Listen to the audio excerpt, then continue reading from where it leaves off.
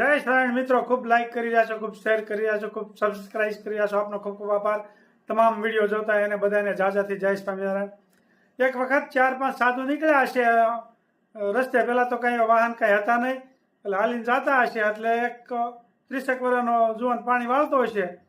એટલે સ્વામી અહીંયા ઘડીક છાંયે બેઠા છે, લીમડો હશે મોટો બધો. એટલે એ કે સાધુ થઈ જવું છે.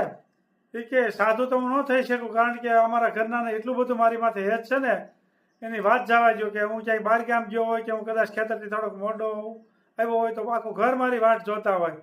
મારા દાદીમાં છે, મારા માતા પિતા છે, મારા પત્ની, મારા છોકરા, મારી બેન ખૂબ જ મારી વાટ જોવે. તો સ્વામીએ કીધું એવું કાંઈ હોતું નથી, સ્વાર્થીલી દુનિયા હોય એવું કાંઈ ન હોય. એટલે કે અરે સ્વામી એવું કાંઈ હોય એ બીજે ભલે ગમે હોય, પણ મારી ઘરે તો મારી માથે હેત છે, એની કોઈ વાત જવા દો એમ. તો સ્વામી કહે મારે પરાણે તને સાધુ નથી કરવો, તો કઈ જગ્યા રહેશે એનું થોડુંક મને સરનામું દઈ દે. એટલે અમે અત્યારે તું સવારે નાટ્ય કરજે અને હાંજકના અમે અહીંયાથી નીકળશું. એટલે પછી હું જોઉં બધું અને પૂછતા પૂછતા અમે તમારા ઘરે આવીશું. એટલે ત્યાં જતા હોય સીતો પાઠ પડી ગયો ને બધા દોડા દોડ મીડિયા કરવા, ક્યાંક થઈ ગયું ક્યાંક થઈ ગયું બધું કર્યું. તો દવાખાને લઈ ગયા ને પછી કે કાંઈ બોલે નહીં ચાલે ને. આને કીધું તું હાંજ સુધી ભલે તારે ભૂખ્યું ઉતરશું રહેવું પડે, પણ હલતો નહીં એવું કહી દીધું. તો સ્વામી ખાલી બધાને કેવો કાંઈ માથે હેત છે જોવા માટે. તો સ્વામી 4 જેટલા એને સરનામું તો પૂછી લીધું, એને ઘરે આવ્યા. તે સ્વામી કીધું કે આવો આવો, આમ તો કોઈથી બોલાવતા નહોતા. જય સ્વામિનારાયણ જય સ્વામિનારાયણ મેળ્યા કરવા બધા. એ કે મારા છોકરાને ક્યાંક થઈ ગયું છે સ્વામી, કાંઈ જાણો છો? એ કે હા શું થઈ ગયું છે? એ કે સવારનું એવું થઈ ગયું છે, ક્યાંક કંઈ ખાતો પીતો નથી. એ કે હા અમે જાણીએ છીએ બધું. તો એ કહે કે જળનો લોટો લાવો અને એને પાણી માથેથી ઉતારીને અને જે પી જાય એ ખલાસ થઈ જાય ને આ જીવ તો થઈ જાય. એવી રીતનું સ્વામીએ કીધું. સ્વામીને હકીકતમાં એ નાટક જ કરવાનું હતું, એવું કંઈ હતું નહીં. એટલે ખાલી આ બધું એનું કેવો હેત છે જાણવા માટે. તો સ્વામીએ છોકરા માથે આમ લોટો ઉતાર્યો 4-5 વખત અને કે કાલ્યો. હવે તો ઘરના સભ્યો બધા ઊભા હતા. પછી પેલા માડીથી શરૂઆત કરી. એ કે માડી આ જળ પી જાવ એટલે છોકરો જીવતો થઈ જાય, તમે વૈયા જાઓ. તો માડી કે હવે મેં આખી જિંદગી કામ કર્યું, હવે મારે 2-5 વર્ષ એવું જીવવાનું છે, તો મને તમે મારી નાખવા ઉભા ક્યાં? મારે કાંઈ મરવું નથી. એ તો એની આવડતા એટલી હશે, તે ઓછી હશે, તે પૂરી થઈ ગઈ છે. એમ મારે કાંઈ એવું કંઈ પીવું નથી પાણી.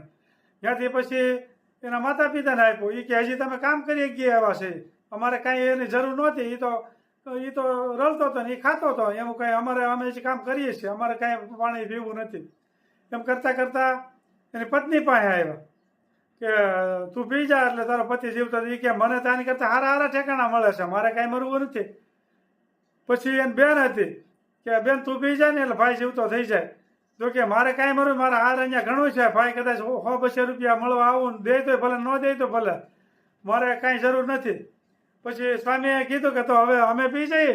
તો ઘરના બધા રાજી થયા. એ કે સ્વામી તમે તો આમ ત્યાં દયાળુ જ હોય જીવના, અને તમે તો બીજાનું સારું કરવા જ હોય, તમારે બધું સારું જ બધાનું કરતા. એ કે સ્વામી પી જાવ ને. તો સ્વામી તો ઘટઘટાવી ગયા અને ભાઈ તો ઊભો થઈ ગયો. અને વાડીએ જેવું કીધું નાટ્ય કર્યું, ભાઈ ઊભો થઈ ગયો. અને સ્વામીએ કીધું કે કાં સ્વામી 100% સાચી છે, સ્વાર્થીલા દુનિયા છે, હકીકતમાં કાંઈ હોતું નથી. એ સ્વામીનું વેણ એને એટલા બધા લાગી ગયા મગજમાં કે એ કહે કે નહીં, હવે જન્મ મરણનો ફેરો ટાળી દેવો છે. આ સ્વામીએ કીધું 100%ની વાત સાચી છે. સ્વામીએ દબાણ નહોતું કર્યું સાધુ થઈ જવાની, છતાં એને એટલું બધું લાગી ગયું કે નહીં, હવે આ જિંદગીમાં સ્વાર્થીલી દુનિયા છે, 100% નક્કી થઈ ગયું. એ પછી સ્વામી પાસે આવીને એ હકીકતમાં એ મોટા સાધુ થઈ ગયા અને ઘર સંસાર એને છોડી દીધો. આવી સત્ય ઘટના બની ગઈ છે. જય સ્વામિનારાયણ. સ્વામી સરસ મજાના લીંબુ એવા મીઠા સાહેબ જોઈ શકો છો. ઝીણા ઝીણા લીંબુની શરૂઆત થઈ ગઈ છે. ખૂબ સરસ મજાનું એક 3 લીંબુડિયું છે.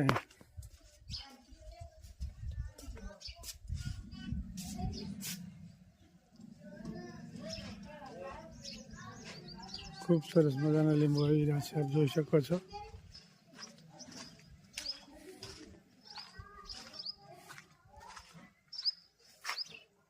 હમણાં કોળામણા હારી વળી ગઈ છે.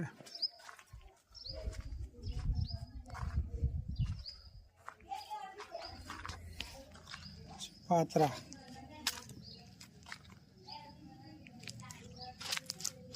છે સરસ મજાના.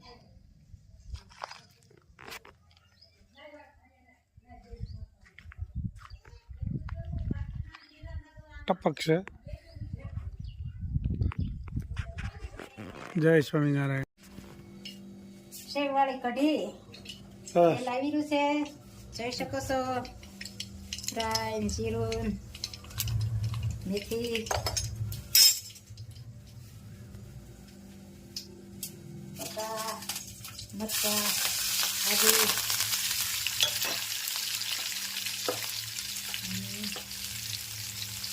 કઢી, વઘાર.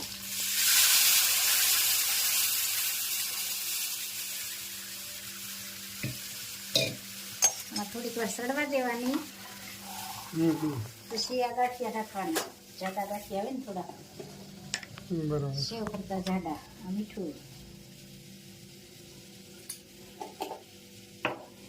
અને થોડીક ઘાટી થવા દેવાની.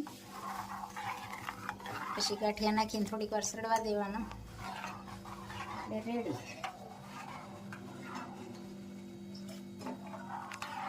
સ્વામિનારાયણ સરસ મજાના મહારાજના થાળ ધરાવી રહ્યા છે, આપ જોઈ શકો છો. ગાંઠિયાનું શાક કઢી વઘારી, સરસ મજાનું શાક બનાવ્યું છે. રોટલી, કેરી, મહારાજના થાળ ધરાવી રહ્યા છે, આપ જોઈ શકો છો. જળ. ભગવાન શ્રીજી મહારાજ શ્રી ખોડિયારમાં પણ થાળ ધરાવી છે, આપ જોઈ શકો છો. જય જગદંબા, જય ખોડિયારમાં. શ્રી ખોડિયારમાં કઢી વાળું શાક બનાવ્યું સરસ, તો ગાંઠિયા નાખી સરસ મજાનું અને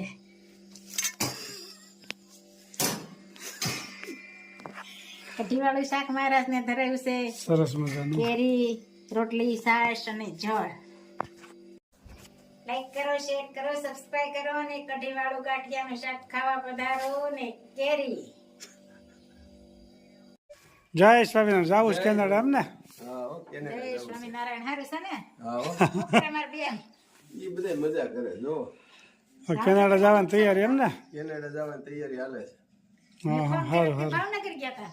તો એ હું જોતો ભાવનગર ગુરુકુળમાં પાટોત્સવ હતો 5મો. બરોબર હું જોતો બરાબર. અહીંથી બસ આવી હતી તરોડાથી. હા હા, 50 જણા હતા અમે. બરાબર છે. ત્યાં રાત રોકાઈ ભવતીથી ગઢપુર દર્શન કરી અને પાછા રિટર્ન આયા. હેલો. ગુંદા બતાવો. ગઢપુર દર્શન કર્યા ને પછી ત્યાંથી બાવાપુર આવી ગયા. બરાબર છે. બસ એક રાત રોકાણ. બરાબર. ગુંદાનું અથાણું કરવું છે. શું વાત છે? કેનેડા જાય ગુંદા? ગુંદા નરેશભાઈ લઈને આવ્યા છો, થેલી ભરી. ગુંદા વાડીએ જ લઈ આવ્યો. તો એટલા જ આવ ઘણા છે. એટલા જ હતા. છે. આવ્યા જ નથી. કેરી ને ગુંદા આવ્યા જ નથી હોત. સરસ લ્યો. સરસ મજાનું ગુંદાનું વાતણું બની રહ્યું છે, આપ જોઈ શકો છો. કેરીનું થાય છે, ગુંદાનું થઈ રહ્યું છે. આમ ફોડી. બોલો બોલો શેનો બને છે એમ લોકો કોમેન્ટ કરતા હતા. મેથીનો બોળો વઘારવાનો, હમ. લવિંગ ને મરી નાખીને મરચું હા હા, ઉપર મરચું હોય, બરાબર. લવિંગ હોય ને મરી હોય. બરાબર પછી ચટણી ને હળદર એવું નાખવાનું. બરાબર. પછી મિક્સ ઠરી જાય એટલે ઠરી જાય પછી ચટણી નાખવાની. ઠીક. હળદર તો હાલે, ગરમ ગરમમાં ચટણી કાળી થઈ જાય. આ અથડું ઠેઠ જાય છે કેનેડા, મનિકાને ઘેરે જાય છે. જોઈ શકો છો આમાં ઠળિયા બધે કાઢી નાખ્યા. સરસ મજાના ગુંદાનું અથાણું. અથાણું. અને આ ઉપર કેરી નાખશો એટલે સારું રહે, ખટાશ જોઈ થોડીક. હમ. ગુંદા ભરાઈ જાય પછી ઉપર આ કેરી નાખી દેવું એટલે. સરસ મજાની કેરી અને અથાણું થઈ ગયું કેરી ગુંદાનું અથાણું. ગુંદા એ કેરી મિક્સ કરવી જ પડે, નકર સારું ન રહે. છે. બરાબર તાજે તાજું ખાવું હોય ને મહિનો 15 દી તો સારું રહે. બરાબર. અષાઢું સારમ મેઘમલારમ બની બહારમ જલધારમ દાદુર્ધકારમ મયુરપુકારમ તરિયાતારમ વિસ્તારમ નાલહી સંભારમ પ્યાસ પારમ નંદકુમાર મંદિર ખ્યારી એક રાધે પ્યારી મેં બલહારી ગોકુળ આવો ગિરધારી જી રે ગોકુળ આવો ગિરધારી જી રે ગોકુળ આવો ગિરધારી. જય સ્વામિનારાયણ.